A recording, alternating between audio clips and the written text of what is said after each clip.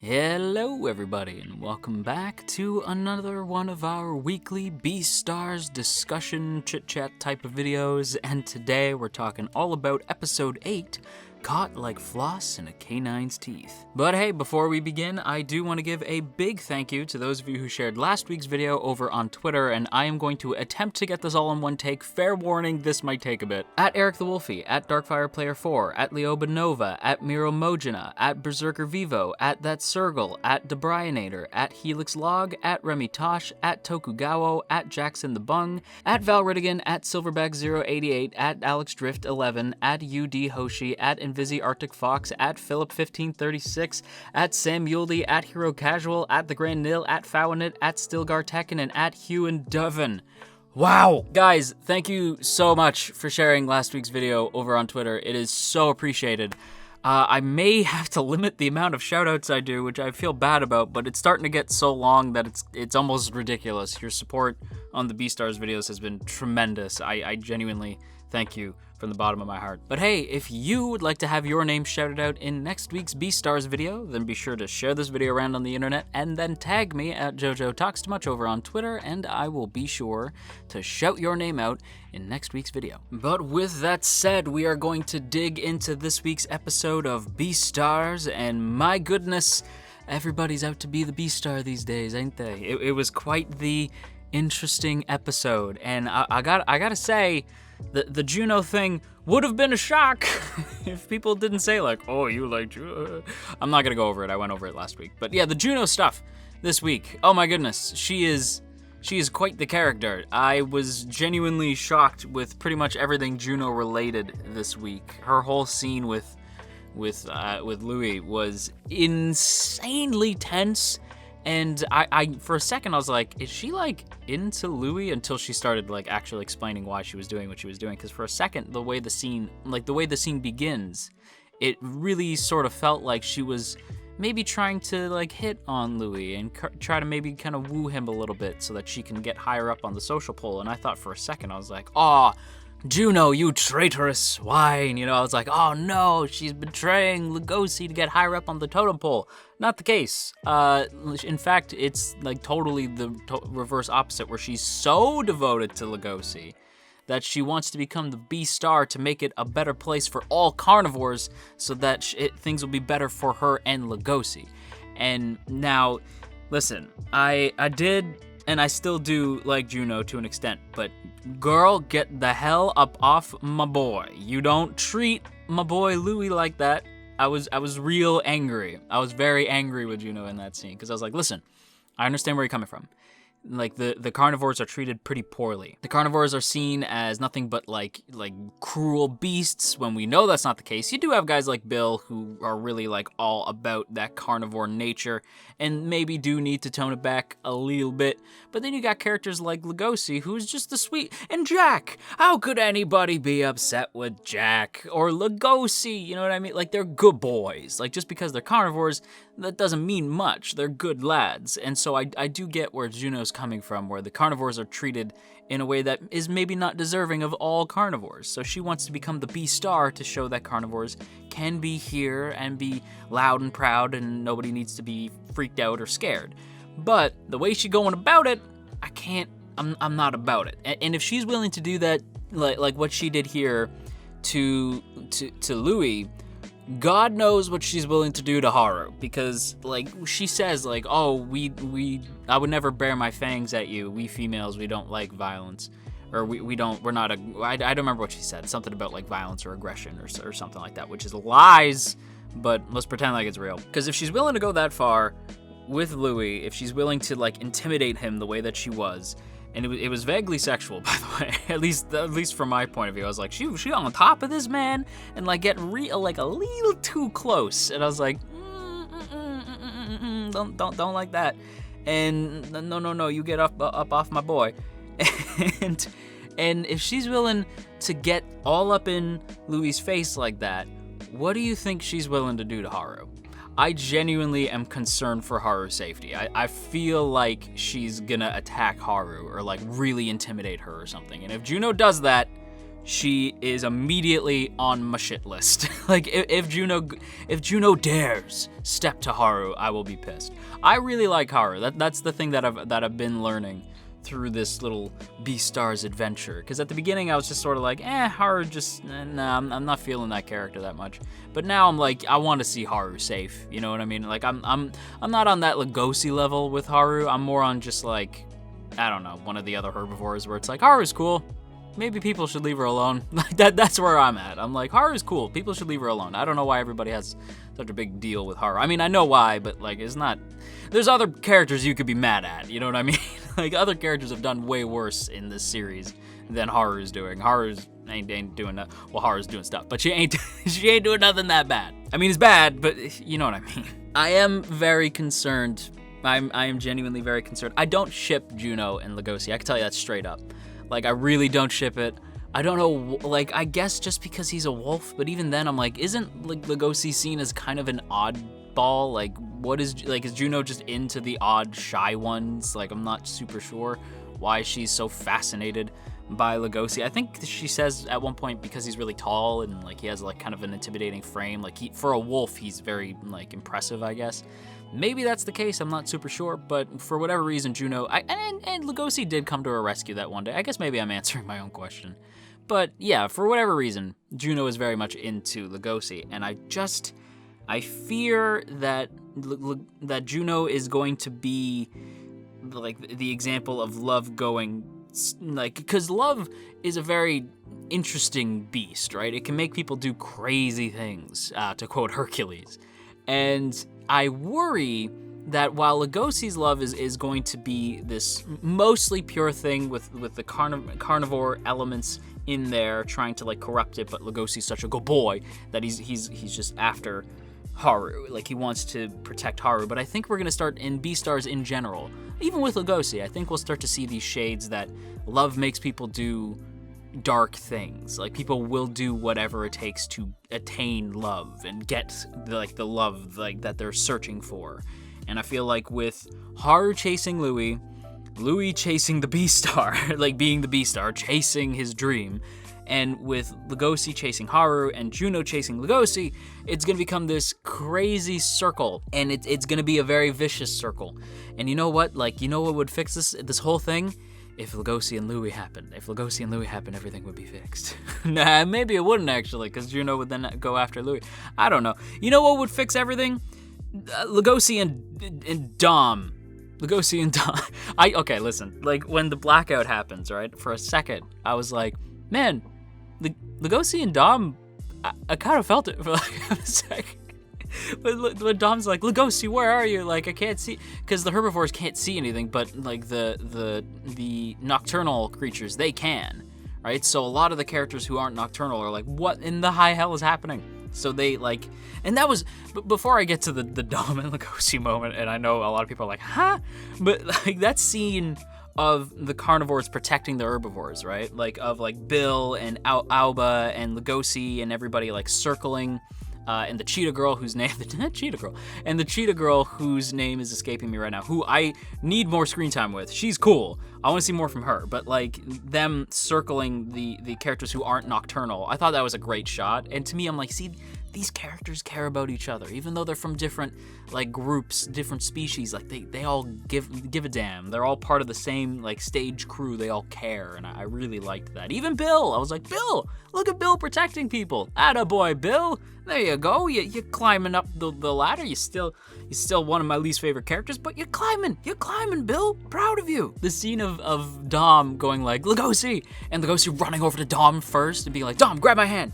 And Dom grabs Legosi's, like there's like this nervousness at first from Legosi's end, but Dom just, no question, grabs Legosi's hand and is like, okay, what the hell's going on? And for a minute, I was like, Dom and Legosi kind of, I can see it. Is that weird? That's weird. That's odd, right? I don't think that's a pair. And Dom's such a minor character that it would like never happen, but like, this is gonna be my weird ship, I think. Like, the one where I'm like, I like this, but maybe I shouldn't tell people that I like this. So yeah, if anybody has like Dom Legosi fan art they want to tweet at me, then like I'm not gonna say no. Why? I guess just because Dom's like one of my favorite minor characters, so seeing him interact with anybody, I was just like, that's a ship right there. Don't care if that's illogical.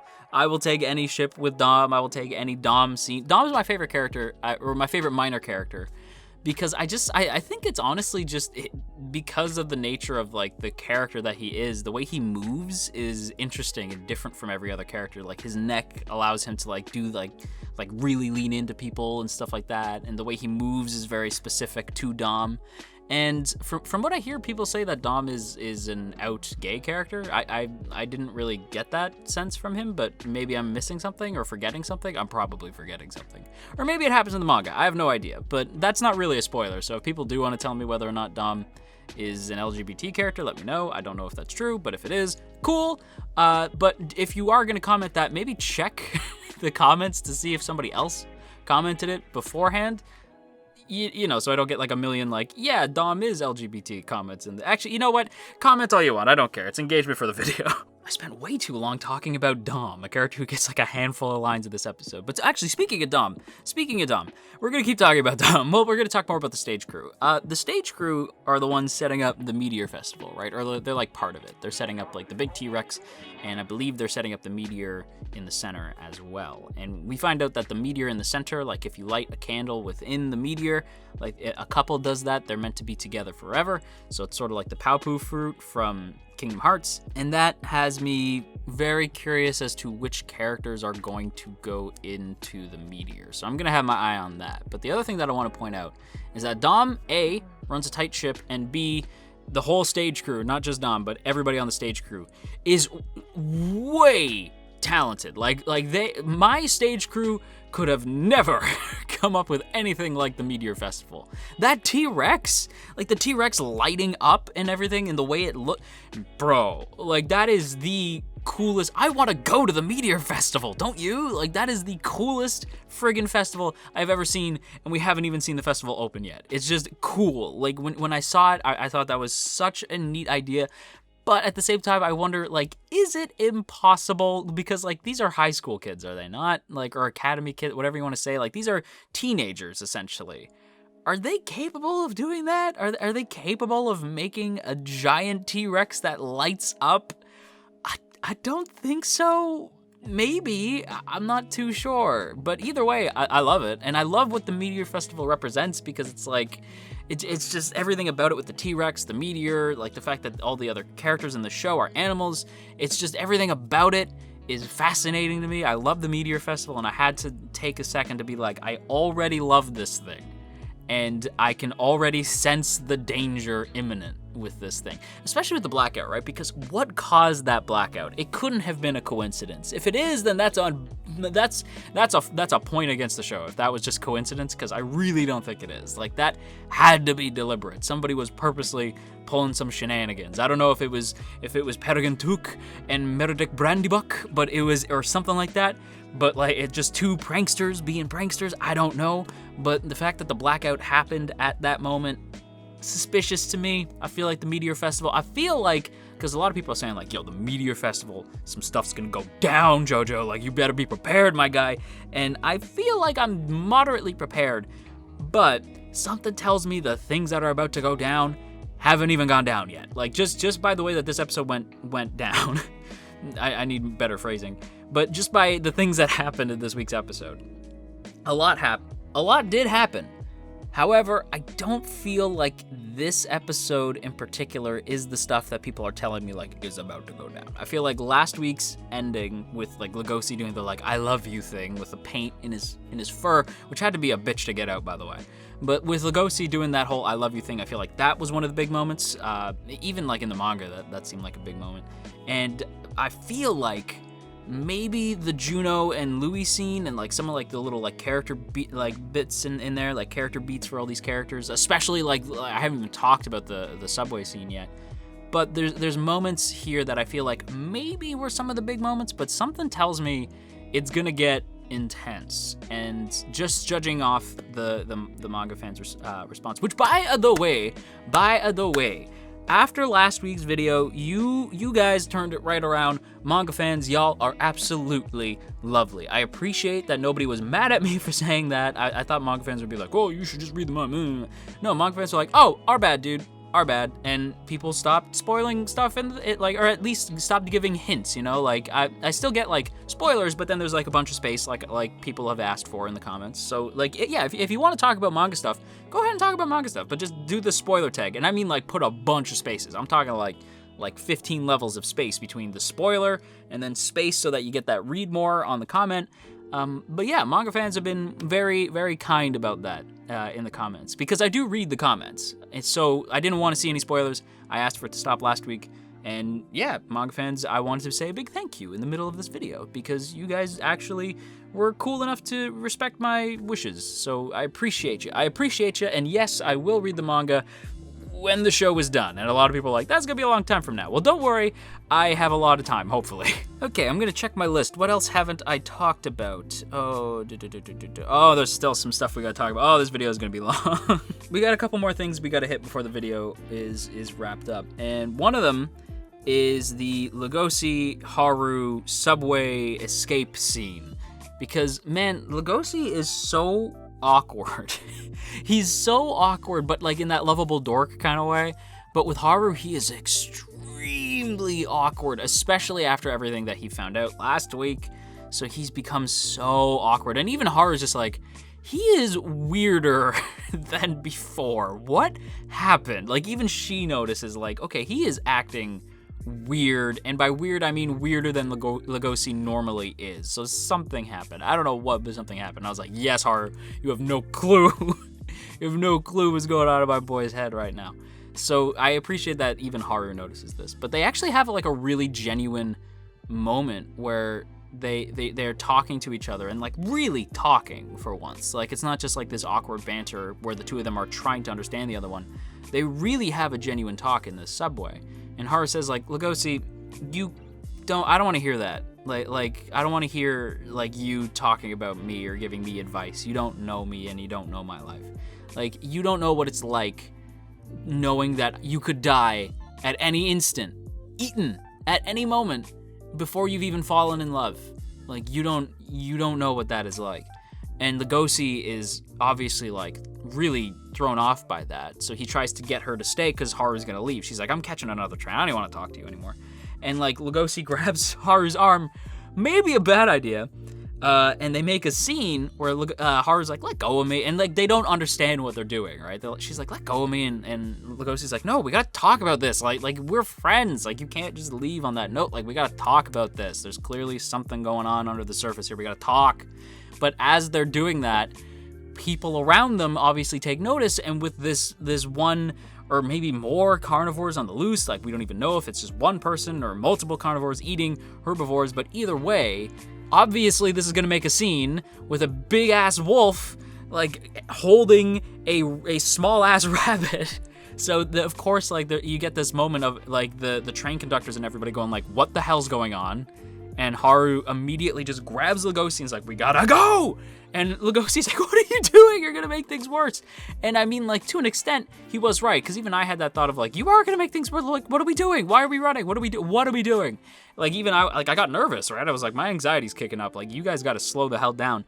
And Haru points out, right now, in this situation, they would just flat out arrest you and then ask questions later. I don't feel like picking you up out of prison tonight, so we're just gonna run. And I was like, all right, fair enough. So they run. And it's this beautiful scene with Haru saying, like, aren't you a wolf? Like, take charge, man. Do something. Like, run. And Legosi says it is the first moment he has ever been proud to be a wolf. And I thought that scene was beautiful. Haru was holding Legosi's hand, but then Legosi kind of moves so that his hand's holding hers. And he takes the lead, and he whisks her away from the train conductors chasing them and all that. And they get into a bathroom and hide, and until they leave, and then they can get back to campus. But that whole scene I thought was so touching and so beautiful, right? I was like, wow, like this little scene is so brilliant, and like it really fleshes out the Legosi Haru relationship. And what I love about the relationship is that they're not like unwilling to talk about certain things. Like they even talk about their first meeting with where like Legosi even says like, that was a big deal for me. Like, so it's one of those relationships that's not afraid to stray away from conversations about like sex and shit like that. So I actually really appreciate the Haru Legosi relationship. It feels very human, ironically enough. It feels very genuine and honest. And of course, that's immediately followed by like Legosi saying like, do you feel like you're near death right now? Like where the two of them are hiding out in the bathroom. She's like, well, you stop. Like, well, you got to pick whether or not you're timid or brash, man. Like, cause you flip-flopping is really giving me mixed signals. And I thought that was pretty funny. But the other thing, and this is the thing that I was like, oh shit. So Haru totally remembers the attack, but doesn't remember who it was. And that's gonna come up again, and I don't know when, but I'm scared, because it's like, no, like you just had this beautiful moment where the two of them were like being cute and shit, running away from the, running out of the subway, and it was adorable and blah, blah, blah. And now you got me concerned, because for a second, Legosi was like willing to talk about it. And then Haru like it says that she remembers, but doesn't remember who it was.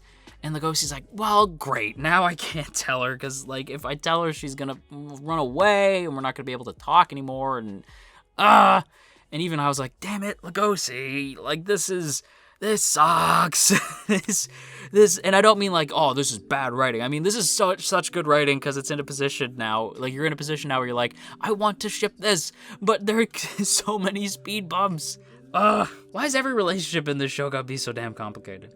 Even Bill and Louie is complicated, and I don't mean like in a shipping sense. I just mean like their antagonistic nature is complicated. Like we see that scene, like as Legosi's thinking this, right? Like they're having this conversation. Haru and Legosi are having the conversation that I remember being attacked. I just don't remember who it is, and my emotions are already at like an 11 out of 10, and I'm like on high alert. And then we see Bill accidentally scratch Louis during practice, and we don't know what started that, but we just know that eventually at some point there was a scratch, there was blood, and Louis' hand was injured. And damn it, because as if Louis and Legosi didn't have enough damage between the two of them, now you gotta have Angst in there too. Like Louis being hurt, right, and like looking in the mirror and like looking at his hand in the mirror. And then he looks away from the mirror and he's just staring down at his bandaged hand. And he's not paying attention to what's going on around him, because Legosi just I don't know how Legosi sneaks up on anybody, but Legosi sneaks up behind Louis and goes, hey, you okay? Be a shame if you got hurt worse, huh? And I'm sitting there like, Legosi, you and Louis are my main ship, man. Don't ruin this for me. And already I was like, listen, I know you're mad, but that's still your boy. He doesn't know that you have feelings for Haru. Maybe y'all should talk, or you can keep being antagonistic towards each other, because that's probably what you're gonna do. That's what you're gonna do. Okay, but that's also within character. So again, it's a situation where I'm like, damn it, the writing's so good because I can't even be mad. Because it's like, yeah, of course they would do that. Damn it, this show kills me. This show absolutely kills me. And every week I'm like, I love it, but it puts my anxiety through the roof, because I'm always like, what's gonna happen next? Lots of emotions with Beastars. Lots of emotions. With that said, everybody, that's gonna wrap up my thoughts on this week's episode of Beastars. If you can't tell, this is a strong A tier. Loved this week's episode, and yeah, I don't have anything else to say. And on that note, everybody, that's gonna wrap up today's video. But before we take off, I want to give a big shout out to the good folks over on Patreon, namely those in the Earl Grey tier: Calvin Atkinson, Crowbar of Irony, Dominic, Urza, Ginkotaku, No For Nothing, Maria Teresa, Mirth Mouser, Omner Garamond, Cell, Shadow Creative, Sipco Games, Somastan, Steven, Tristan, Verdon, and Westbourne Eastbred. A huge thank you to those of you who support the channel over on Patreon, and if you too would like to join the T Squadron, then be sure to check out that first link in the description to check out our Patreon page, see all the cool rewards you can get over there, as well as access to our Patreon exclusive Discord. Thanks once again for checking out today's video, everybody. If you enjoyed it, then you've probably been on the internet long enough to know what to do already, so I ain't gonna tell you, but I will say that it is appreciated.